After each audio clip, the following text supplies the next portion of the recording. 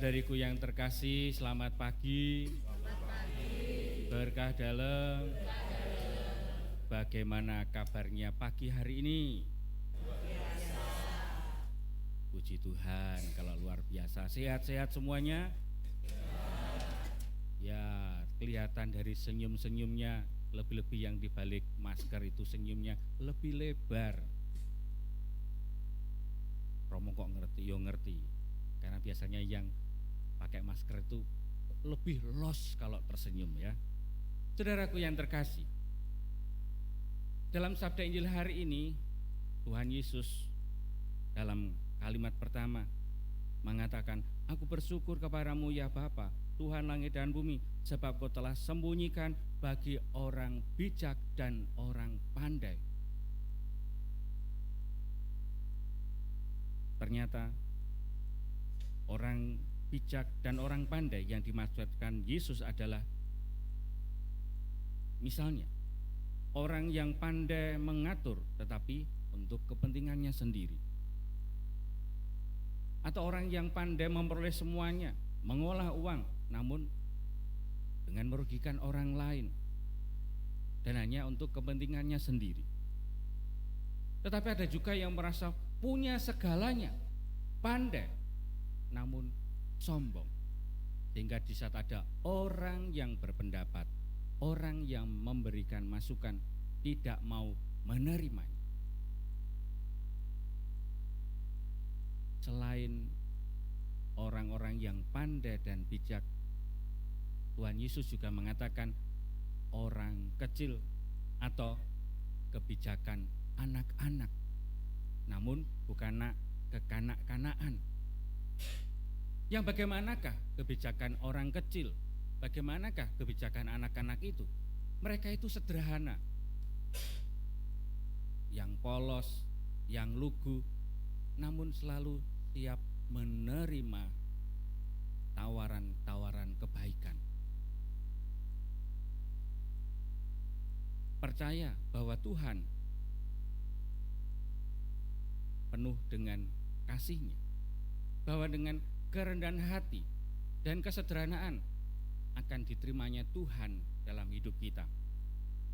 Namun ternyata hal ini juga kita harus menyadari bahwa Tuhan Yesus pun lah yang pertama-tama mengenal Allah Bapanya, dan Tuhan akan memperkenalkan kepada orang yang berkenan. Orang yang berkenan adalah orang-orang kecil, orang-orang yang sungguh memiliki kebijaksanaan, anak-anak yang lugu, yang sederhana, yang lucu, gemes nih, karena sungguh mau menerima apa adanya. Anak kecil itu kalau ketemu tidak akan pernah bohong. Romo perutnya buncit, jujur, tapi juga akan menerima tawaran kasih, tawaran apapun dari orang lain, terutama orang-orang yang dikenalnya. Namun ternyata masih ada juga, meskipun Tuhan menawarkan kebenaran Allah, kasih Allah, keselamatannya, tidak mau mengenal. Seperti juga Rasul Filipus, "Telah sekian lama aku bersama-sama kamu Filipus, namun engkau tidak mengenal aku. Barang siapa telah melihat aku, ia telah melihat Bapa. Bagaimana engkau berkata, tunjukkan Bapa itu kepada kami?" Kesadaran kita bahwa Yesus merupakan cermin Allah Bapa akan sangat menolong kita untuk berelasi dengan Tuhan, seperti layaknya kalau kita berdoa kepada Bunda Maria dengan mudah, "Bunda, please deh, berkati anak-anakmu ya." Seperti anak kecil kalau mohon pada ibunya, "Bu, tumbasnya niku lho, kalau sing tong tong tong, please deh, sekali ini saja, iki musim panas kan ra gampang pilek." Demikian juga kalau kita relasi yang baik dengan Tuhan pun, kita akan seakrab dan mengenal Dia dan akan menerima tawaran-tawaran kasih-Nya. Lalu bagaimanakah supaya kita ini bisa berelasi dengan Tuhan, berdoa, ya memohon kepadanya. Namun kenyataannya dalam hidup kita, sadar nggak sadar ini, kita ini orangnya sok sombong, sok arogan. Mengapa demikian? Tuhan Yesus, pokoknya ya berilah jodoh padaku. Kalau dia sudah punya jodoh, putuskanlah dan jodohkanlah padaku. Pokoknya ya. Contoh. Dan kadang-kala juga kita pokoknya sok ngatur Tuhan. Tuhan, saya ini sudah rajin ke gereja, novena 9 kali, ziarah 9 gua. Yo, berilah yang terbaik padaku, pekerjaan yang baik. Sok ngatur Tuhan. Sadar nggak sadar, itu yang terjadi. Betul atau betul? Nah, betul. Ya ono sing rawani ngaku. Ora apa-apa. Ndak salah. Karena kan memang kadang-kala kita tidak sadar. Ya seperti saya, kadang-kala juga demikian. Ya Tuhan,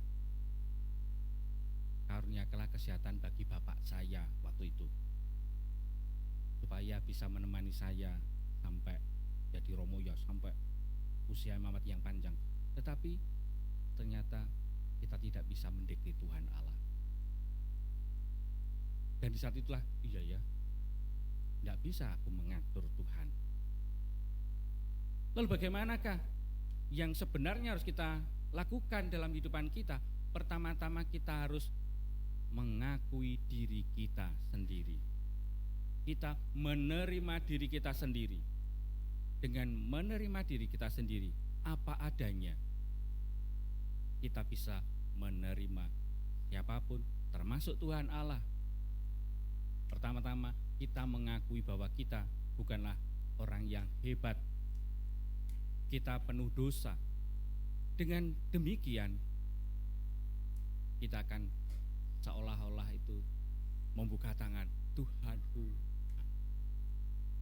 bukan Tuhanku, enggak, tapi terbuka karena ingin menerima rahmat Allah. Mengakui bahwa kita adalah orang yang lemah, tanpa Tuhan kita tak berdaya. Dan kita sebagai manusia orang yang berdosa, seperti orang yang bau cukai yang dipojokkan balai Allah. Ya Tuhan, kasihanilah. Tidak pantas di hadapan Allah. Dan di saat kita merasakan diri, menyadari diri tidak pantas di hadapan Allah, ya Tuhan, aku tak pantas Engkau datang kepada saya, tetapi bersabdalah saja. Dan sungguh, apa yang saya katakan, apa yang kita rasakan di saat kita mengatakan itu, rahmat Tuhan merasuk dalam diri kita, kita merasakan kasih-Nya yang begitu besar. Sehingga di saat kita merasakan itulah, kasih Allah sungguh hadir selalu dalam kehidupan kita. Kasih Allah mengalir dalam kehidupan kita. Meskipun hidup kita tidak selalu indah, hidup kita tidak selalu menyenangkan. Karena sehabis hujan pasti ada muncul pelangi yang indah. Setelah badai tentu akan membawa penuh berkat.